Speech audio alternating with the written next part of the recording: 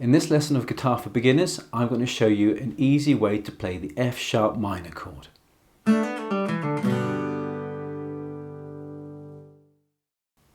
Hi, in this lesson of Guitar for Beginners, we're going to look at the F sharp minor chord and we're going to look at an easy way to play it. If this is your first time on the channel, thanks for dropping in.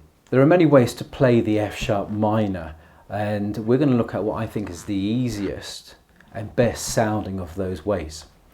The third finger, let's look at that one first, okay, and that finger goes on the 4th fret of the 4th string, or the D string, okay, and the first finger, well, that's the one that causes the problems, okay, because it needs to be, as you can see from the diagram, it needs to be covering the top 3 strings, the E string, the B string and the G string.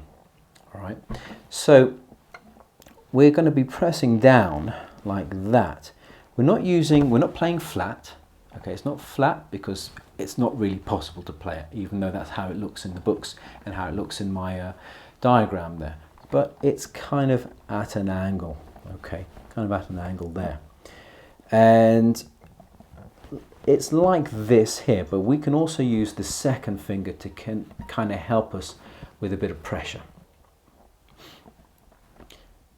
And what you will have, and you'll also notice my thumb just peeking out around there, is kind of dampening this. It's touching this string, which is kind of good because this string needs to be dampened. We can't play the string, hence the X on the low string there, like so.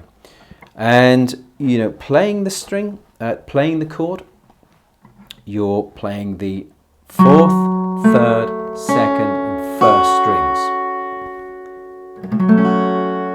like so. So hit the notification buttons to stay up to date with new content, and I'll see you in the next lesson.